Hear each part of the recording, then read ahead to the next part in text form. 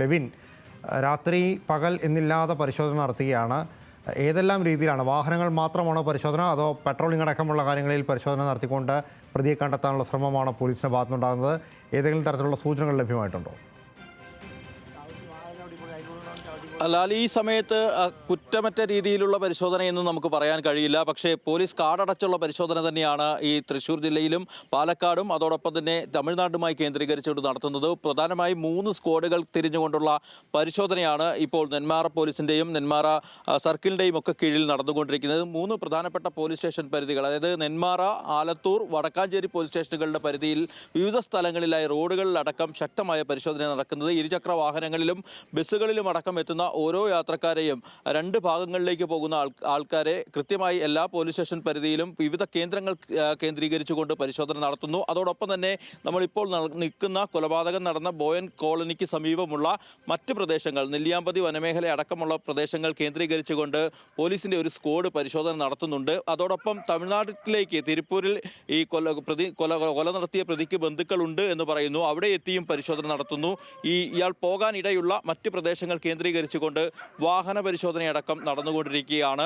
ഏതായാലും ഇന്ന് രാവിലെ 10 മണിയോടുകൂടി നടന്ന ഇരട്ട കൊലപാതകവുമായി ബന്ധപ്പെട്ടുകൊണ്ട് പ്രദേശവാസികൾ ഇപ്പോഴും വലിയ ഞെട്ടലിലും ആശങ്കയിലുമാണ്. നിരവധി ആളുകൾ ഇപ്പോൾ നമ്മളോടൊപ്പം ഈ ആശങ്ക പങ്കുവയ്ക്കാനുണ്ട്. ഏതായാലും പ്രതി രക്ഷപ്പെട്ടത് ഇന്ന് രാവിലെ 10 മണിക്ക് കൊല നടന്നതിന് ശേഷമാണ്. ഈ പ്രദേശത്തെക്കുറിച്ച് കൃത്യമായ ധാരണയുള്ള ആളുകൾക്ക് വേഗം മറ്റേതെങ്കിലും വഴി രക്ഷപ്പെടാനുള്ള ഒരു സാഹചര്യമുണ്ട്. അത്തരം സാഹചര്യങ്ങളെക്കുറിച്ച് ഈ പ്രദേശവാസികൾ പ്രതികരിക്കുന്നു. ചേട്ടാ, ഏത് വഴിയെല്ലാം ഇവിടെ നിന്ന് ഒരാൾക്ക് പുറത്തേക്ക് കടന്ന് രക്ഷപ്പെടാൻ കഴിയുമെന്നാണ് വിചാരിക്കുന്നത്?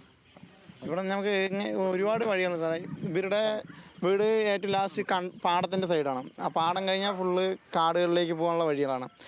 പാടം കഴിഞ്ഞ് കുറച്ച് ദൂരം നടന്നാൽ നമുക്ക് നെല്ലിയാമ്പതി കാടുകൾ, അതുപോലെ അവിടെ നിന്ന് വിത്തനശ്ശേരി വഴി കൊല്ലംകോട് പോകാം.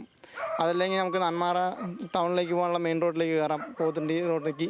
ആ വഴിക്ക് വേണമെങ്കിൽ അവർക്ക് പോകാം. ബാക്കിൽ ഫുള്ള് പാടമാണ്. ബാക്കിൽ ഡോർ കൂടെയാണ് ആൾ രക്ഷപ്പെട്ടത്. ആളുടെ വീട്ടിലേക്ക് വീണ്ടും തിരിച്ചു കയറിയിട്ട് ആളുടെ വീടിൻ്റെ ബാക്ക് ഡോർ കൂടെയാണ് രക്ഷപ്പെട്ടത്. ആ വീടെല്ലാം ഞങ്ങൾ ഫുള്ള് തപ്പി നോക്കിയായിരുന്നു. പോലീസ് സാർമാരെല്ലാവരും ഉണ്ടായിരുന്നു.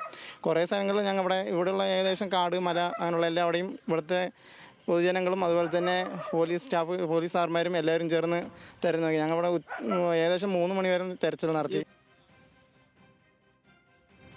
പ്രതിക്ക് വേണ്ടി കാടടച്ച തിരച്ചിലാണ് പോലീസ് സംഘം. നെന്മാറയിൽ മാത്രമല്ല, ആലത്തൂർ അടക്കമുള്ള മേഖലകളിൽ പോലീസിൻ്റെ പരിശോധന നടക്കുന്നുണ്ട്. വരുന്ന ഇരുചക്ര വാഹനങ്ങൾ, ബസ്സുകൾ ഉൾപ്പെടെയുള്ള വാഹനങ്ങൾ പരിശോധിക്കുന്നു. പക്ഷേ നാട്ടുകാർ പറയുന്നത് ഈ സംഭവം നടന്ന തൊട്ടടുത്തുള്ള പാടശേഖരത്തിന് പിന്നിൽ നിലമ്പൂർ കാട് ആരംഭിക്കുകയാണ്. ആ കാട്ടിലൂടെ വെണിയിൽ കടന്ന് തമിഴ്നാട്ടിലേക്ക് എത്താവുന്നതേ ഉള്ളൂ. ആ ഭാഗങ്ങളൊന്നും പരിശോധന നടത്തിയിട്ടില്ല എന്നുള്ളതാണ്. ആ നാടിനെ കൈവെള്ള പോലെ അറിയാവുന്ന ചെന്താമരയാണ്. ചെന്താമരയ്ക്ക് വേണ്ടി ഉള്ള പരിശോധനയാണ് പോലീസിൻ്റെ ഭാഗത്തു നിന്ന് നടന്നുകൊണ്ടിരിക്കുന്നത്. ദിവസങ്ങൾക്ക് മുമ്പ് കിട്ടിയ പരാതിയുടെ പുറത്ത് പണിയെടുത്തിരുന്നെങ്കിൽ ഈ പരിശോധനയൊന്നും വേണ്ടി വരുന്നില്ല പോലീസിന്. പക്ഷേ അതിനേക്കാൾ പാടുപിടിച്ച പരിപാടിയിലേക്കാണ് പോലീസ് ഇപ്പോൾ കടന്നുകൊണ്ടിരിക്കുന്നത്. കാരണം ആ പരാതി പാടെ അവഗണിച്ച് പ്രതിക്ക് വിലസാൻ വേണ്ടി സൗകര്യം ചെയ്തു കൊടുത്തിട്ട് ഒടുവിൽ പ്രതിക്ക് വേണ്ടി രാത്രിയെന്നില്ല പകലില്ലാത്ത തിരച്ചിൽ നടത്തുകയാണ്. ചെന്താമരയ്ക്ക് ഉണ്ടായിരുന്ന നിയമപരമായ വിലക്കുകൾ പോലും നിയമപാലകർ പരിഗണിച്ചില്ല എന്നതിൻ്റെ ബാക്കിപത്രമാണ് ഇപ്പോഴത്തെ പരിശോധന എന്ന് പറയാതിരിക്കാൻ കഴിയില്ല. എന്നിരുന്നാൽ 2 ജീവനുകൾ വീണ്ടും നഷ്ടമായിരിക്കുകയാണ്. ഒരു പെൺകുട്ടി അനാഥയായിരിക്കുകയാണ്. അവർക്ക് ന്യായീകരിക്കാൻ പോലീസിന് പ്രത്യേകിച്ച് വാക്കുകളില്ല എന്ന് മാത്രമല്ല, വീഴ്ച ഒരുപാട് സംഭവിച്ചിട്ടുണ്ട് എന്നുള്ളത് ഒടുവിൽ ഇൻ്റലിജൻസ് റിപ്പോർട്ടുമായി പോയിരിക്കുകയാണ്. ഒടുവിൽ രാത്രി പഴുതടച്ച പരിശോധനയ്ക്ക് തയ്യാറെടുക്കുകയാണ് പോലീസ് ചെന്താമരയ്ക്ക് വേണ്ടി.